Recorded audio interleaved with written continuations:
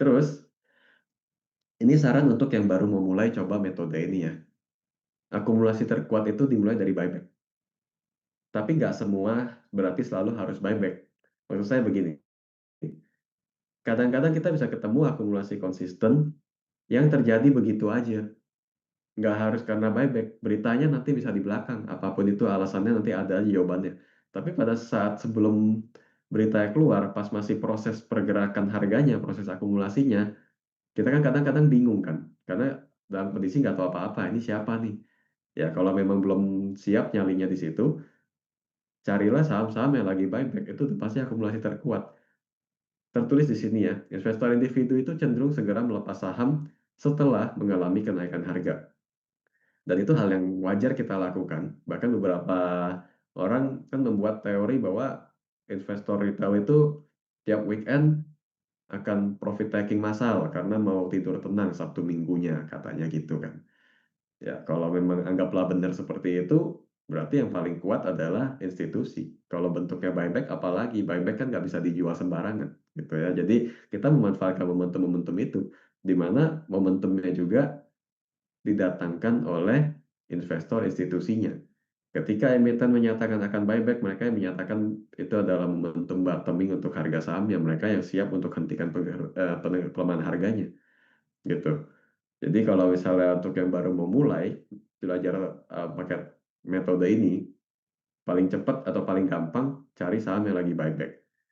Tapi ya mungkin kalau dengan kondisi sekarang agak-agak susah ya karena market lagi naik. Ya minimal Bapak Ibu tahulah saran saya begini. Kalau misalnya next time ada saham yang lagi turun atau market kita lagi bearish tiba-tiba banyak emiten mau buyback gitu. Kayak waktu awal tahun kan sampai BI izinkan buyback tanpa rules gitu kan. Kalau ada kejadian kayak gini tuh boleh mulai dibuat belajar latihan. Karena buyback itu akumulasi terkuat. Ya levelnya institusi dananya gede-gede dan mereka nggak bisa sembarangan jualan. Itu paling aman sebenarnya. Gitu karena saya bicara ini dari pengalaman karena saya sendiri mulai tahu broker konsistensi itu dari buyback. Jadi ya saran saya ke orang-orang yang baru mau coba, carilah yang lagi buyback. Dapat pasti saham-saham yang diakumulasi. Sisanya harus bisa siap untuk ngikutin sampai habis karena seperti yang tadi saya bicarakan. Kita mundur sedikit ya. Kita akan saat mengikuti saham yang lagi buyback, kita masuk ke fase stealth phase. Kekurangan stealth phase itu antara lelet karena nungguin akumulasinya sampai kelar, atau likuiditas sahamnya kecil-kecil. Dikarenakan saham yang tidak bergerak naik, biasanya kan nggak ada yang mau entry buy. Ya kan? Bapak Ibu juga mungkin kalau saya kasih rekomend saham yang lagi sideways juga mungkin mikir-mikir kan kayak males bener gue suruh beli saham nggak naik gitu kan. Nah itu stealth phase sebenarnya. Jadi kalau mau ikutin saham-saham seperti itu, kesiapannya adalah harus menerima bahwa selain makan waktu, susah exit biasanya. Tapi kalau udah mulai naik, bid kan tebel-tebel sendiri. Saya waktu jadi analis diajarin begini loh, rekomendasi saham itu harus tahu mengukur likuiditas juga. Dan kuncinya adalah kalau tren sudah terbentuk, likuiditas akan menyusul dengan sendirinya. Nah, jadi kronologinya kalau kita ikutin akumulasi konsisten, itu biasanya kita ada di fase stealth phase masuk ke awareness. Itu pada saat itu belum ramai. Tapi begitu udah rame, market saham itu liquid sendiri, gampang exitnya. Tapi pas kita baru masuk, baru beli di fase stealth phase, bingung, habis beli langsung kayak exitnya gimana ya, ini bednya cuma paling satu kalau berapa lot kecil gitu. Walaupun kalau kita lihat saham di masyarakat kan banyak yang itu bagian resikonya karena sedang terjadi akumulasi ada saham yang tidak dimiliki oleh publik. Kalangan lain. Nah, ini dia teknik atau saran saya untuk yang mau ngikutin ya.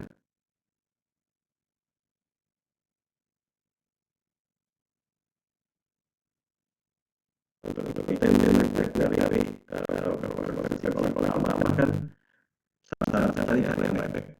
Ya. Sekarang ngomong kalau yang sudah jadi sambil jalan gitu. Akumulasi konsisten itu mungkin tren saat konsolidasi atau tren sideways. Jadi kalau misalnya Bapak Ibu sekarang dengan kondisi market lagi naik, mau cari yang akumulasi konsisten mungkin agak susah. Tapi ini persiapan aja karena market satu waktu bisa turun gitu kan. pada saat turun akan ketemu nih kalau sahamnya lagi dicek nilai konsolidasi, biasanya akan ketemu gitu. Karena konsolidasi maupun trend sideways itu kan mengandung kesengajaan bahwa tidak dibolehkan naik tapi juga tidak diizinkan turun harganya. Jadi di situ biasanya kalau kita buka broker summary-nya, terus kita cekin satu persatu, itu ada akumulasi konsisten. Seingat saya di buku Bandar-Morgi versus Technical, saya ada contohin saham yang sideways-nya cuma seminggu. Kalau nggak salah sampai OWR kalau nggak salah. Ya itu benar-benar seminggu habis itu dia naik harganya. Cuman memang karena akumulasinya dikit kan naiknya juga nggak terlalu banyak ya. Jadi itu maksudnya untuk sebuah contoh aja bahwa pada saat konsolidasi itu umumnya ketemu. Walaupun nggak selalu ya, saya nggak bilang pasti ada, cuman di mana ada trend sideways coba dicek biasanya ketemu gitu, probability-nya tinggi. Terus pastiin itu benar-benar akumulasi yang sedang terjadi. Ya, saya selalu ingetin jangan sampai salah baca data. Karena ada cerita unik di mana saya kadang-kadang dapat testimoni dari pembaca, lebih kepada diskusi sih. Jadi menurut dia saham ini kok diakumulasi konsisten tapi dibeli makin turun. Ternyata pas saya cek sahamnya, datanya, ya saya bilang mohon maaf itu salah baca data karena itu nggak termasuk akumulasi konsisten. Ya, kalau kita ngomong setiap kode broker tiap hari kelihatan ya memang ada, tapi untuk membedakannya akumulasi sama yang enggak kan bisa kelihatan misalnya dari pembelian dengan hampir tidak ada penjualan atau penjualannya dikit doang. Tapi kalau misal beli 100.000 lot, jualnya 99.000 lot, net buy 1.000 gitu. Net buy 1.000 lot doang kita anggap itu akumulasi ya udah nggak cocok sebenarnya gitu kan. Itu udah perilaku scalper banget sebenarnya. Dan jadi pernah ada kejadian kayak gitu di mana ada yang mau terapin metode ini, begitu dia diskusi sama saya ternyata nyasar gitu. Itu ternyata bukan akumulasi. Bahkan beberapa kejadian saham yang crossing, buyer sellernya sama. Cuman karena nggak diperhatiin dari bagian sellernya, dikiranya itu akumulasi konsisten. Gitu ya. Jadi harus dipastiin itu benar-benar terjadi dan nggak salah baca data. Nah, kalau sampai salah, ya resikonya nggak jadi cuan dan kemungkinan metode itu atau maksud saya metode ini akan dianggap seperti tidak works gitu ya. Tapi kalau saya sendiri sudah nyoba dan sekarang sudah tahu bedain datanya ya sejauh ini saya bilang masih bagus. Gitu. Lalu dikawal dengan melihat apakah akumulasi itu terjadi atau tidak. Kayak tadi kan saya buka lagi ISSP kan saya cek lagi untuk hari ini, oh ternyata masih ada gitu. Jadi kalau misalnya ceritanya saya punya sahamnya, saya akan lebih tenang. Saya tahu bahwa masih jaga. Dan untuk ngecek data ginian cukup akhir hari ngecek sekali juga nggak apa-apa, nggak usah jagain layar tiap hari. Apalagi kalau misalnya kayak gini, hari ini masih akumulasi, apalagi tapi sebelumnya sudah terjadi berkali-kali gitu. Ya, kita anggap masih bahas ISSP. Dari Juni sudah ada akumulasi. Hari ini juga masih ada. Besok saya boleh tenang. Saya tahu pasti 1 jutaan lot itu nggak mungkin dihabisin dalam 1 hari. Gitu. Kalaupun saya telat exit, mungkin Senin pun nggak akan terlambat kalau misalnya saya mau agak cuek. Karena saya sudah mengetahui bahwa akumulasi konsisten sudah terjadi dan itu jumlahnya besar.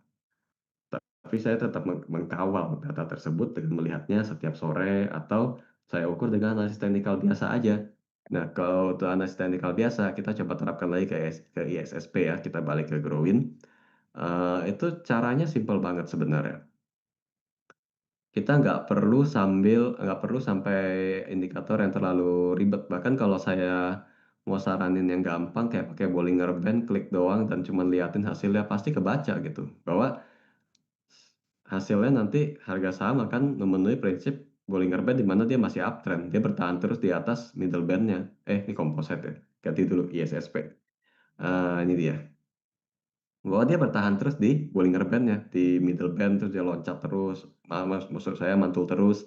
Kondisi kayak begini kan udah aman sekali, gitu kan. Ini cara yang paling gampang aja kayak begini juga langsung work gitu, bahwa kita tahu akumulasinya ada, konsisten besar sampai kemarin masih dijaga, grafiknya biasanya kebaca. Atau kalau nggak mau pakai indikator, kita buang nih Bollinger Band-nya ya. Kita pakai garis aja, kita gambar biasa. Dari sini ke sini.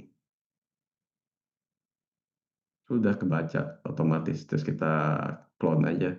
Simetris sendiri kok otomatis.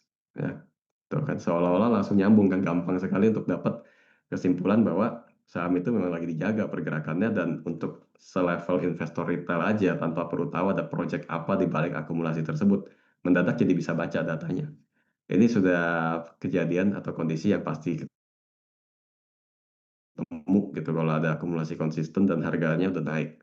Jadi kalau dalam hal ini ya, kalau di saham ISSP ini sebagai study case kita, stealth phase-nya itu sudah lewat ketika dia di sini di bulan Maret ini. Memang pada saat dia buyback itu stealth phase-nya udah mulai Bapak Ibu. Nah, stealth phase sudah mulai terjadi eh, dan di sini mulai awareness. Ya, ada bear trap. Saya tandain lagi. Di sini ada fase awareness. Dia bear trap kasih lihat seolah-olah gagal beberapa hari dimerahin tapi tipis. Habis itu baru dimulai fase manianya sekarang. Maka itu tadi saya bilang kalau kita baru mau nyari saham-saham yang diakumulasi konsisten di harga rendah dengan kondisi market sekarang kayaknya susah. Tapi minimal dari belajar dari sejarah kita tahu di fase-fasenya apa aja. Stealth phase, awareness, sekarang masuk mania. Blow off-nya nggak tahu kapan. Gitu. Nah, lanjut lagi saya balik ke slide. Sebentar lagi juga udah mau habis sih. Jadi pengukur tren bisa dilakukan dengan analisis teknikal biasa. Mau Bapak Ibu cuman pakai gambar garis ya bisa, mau pakai tadi Bollinger Band bisa, mau pakai moving average juga sangat bisa. Exitnya sesuai dengan target profit masing-masing. Karena sebenarnya gini loh, dalam beberapa kasus akumulasi konsisten, banyak yang berakhir dengan multi bagger. Tapi karena kadang-kadang kelamaan, ya banyak orang yang nggak betah duluan. Atau ada juga kan yang istilahnya cuan 20-30% tangan udah gatel mau lepas gitu kan kita nggak bisa paksain harus simpen gitu. Jadi kalau exit ya in general kita bisa bilang sesuai target masing-masing aja. Kalau memang masih kuat simpen, sudah convictionnya tinggi dengan data yang terbuka tadi, silakan untuk di hold terus. Tapi kalau misalnya udahlah gue mau simpen mau realisasi gitu, mau makan-makan kayak atau mau apa intinya mau direalisasikan gitu. Ya terserah aja kalau mau jual duluan, it's okay. Yang penting kan kita sudah tahu sahamnya bagus. Next time kan bisa ambil lagi gitu. Bahwa saat pergerakan harga saham juga walaupun naik ada akumulasi bisa ada koreksinya juga. Pada saat koreksi dan kita tahu itu tidak terdistribusi, ya re-entry nggak ada salahnya. Jadi exit itu benar-benar suka-suka sih. Nah, bicara soal exit, kita harus ngomong tentang distribusinya. Jadi dari tadi kan saya ngomong soal akumulasi konsisten yang kelihatan banget dari datanya, terus grafiknya juga keukur. Bagaimana dengan saat smart money-nya distribusi? Nah, sebenarnya waktu tanggal 22 Juli saya sempat ada ngomong, kalau biasanya orang akan bilang gini, bantahannya, kan beli pakai broker A bisa jual pakai broker B, Pak. Ya memang bisa, gitu ya. Tapi smart money itu punya kecenderungan pas entry-nya dia sengaja kasih tahu, karena dia butuh kita untuk ikut, ya, butuh kita untuk ikut di dalamnya. Nanti pas exit-nya, ya dia bebas mau pindah broker atau enggak terserah. Itu juga kenapa saya menyarankan untuk exit sesuai dengan target masing-masing. Gampangnya sih gini, kalau buyback sih lawannya sellback. Tapi kalau misalnya eh, akumulasi konsisten yang terjadi secara random tanpa ada alasan, memang ada potensi kan keluar dengan broker lain kan. Ya kita bisa aja akalin dengan nggak usah tunggu sampai distribusi, kita mau exit duluan. Atau memang kalau misalnya memungkinkan untuk ketemu yang distribusi konsisten juga lebih bagus, exitnya juga lebih keukur. Ya, intinya sih sebenarnya kalau distribusi itu kita bisa akalin dengan exit lebih awal ya. Cuman saya mau Bapak Ibu tahu bahwa akumulasi konsisten memang nggak selalu berakhir dengan distribusi konsisten melalui broker yang sama. Ya, ada sih yang bisa terjadi. Maksudnya kayak ISSP ini mungkin aja nanti selnya pakai EP juga pada waktunya. Tapi kadang-kadang tidak dijual di broker yang sama. Jadi kalau misalnya memang trennya sudah patah gitu ya, sahamnya udah patah, udah turun, ya kita nggak ada kalanya kita boleh exit duluan dan nggak usah paksain dengan bilang datanya masih akum. Takutnya jadi salah salah persepsi karena adanya kemungkinan exit dengan broker yang lain tadi, gitu. Nah contoh lainnya ya, lanjut contoh dulu aja. Bapak Ibu mungkin pernah lihat saham ini, ya, Cyber. Ini kan juga pernah akumulasi konsisten. Kita buka broker summary-nya ya, Cyber. Saya memang lupa persisnya tanggalnya berapa, tapi saya pernah entry 700-an ngikutin akumulasi konsisten. Kita coba ke awal tahun aja biar lebih jelas. Harusnya ada ini, ya RX ini nih. Tapi tahun lalu, waktu harganya masih sekitaran situ. Waktu itu juga kita nggak tahu sih penyebabnya apa ya. Tiba-tiba ada pembelian besar aja. Ini gara-gara dia waktu itu beli terus, rajin. Tahu-tahu harganya naiknya bukan main gitu. Dari harga cuma sekitaran sini, dia all time high terus, sekarang mulai naik lagi. Kalau sekarang sih kita harus cek, misalnya di 25 Juni sampai di 11 Agustus. Apakah ada yang konsisten atau enggak? Cybernya 25 Juni.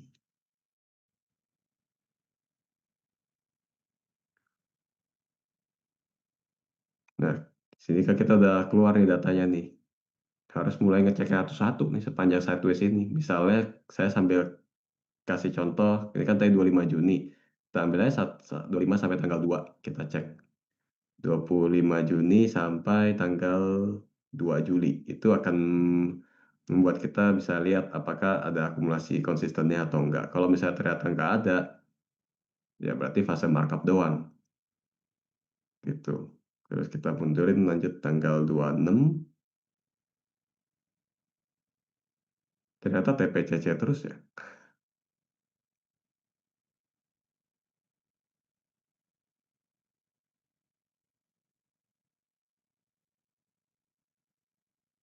27 sih kayaknya libur ya, nggak ada. 30-nya, ya brokernya ini. Konsisten kan, tiap hari muncul kan. Gitu cara baca Bapak Ibu. Jadi pada saat sideways, kan tadi kalau kita bagi grafik, saya kenapa ambil 25 Juni, karena sekitar 25 Juni ini sideways kan, saya sambil tandain ya. Kita 25 Juni ini ada sideways kan. Nah, kalau misalnya udah seminggu kita lihat ada yang konsisten, hampir bisa dipastikan minggu depan masih ada yang sama ngejagain.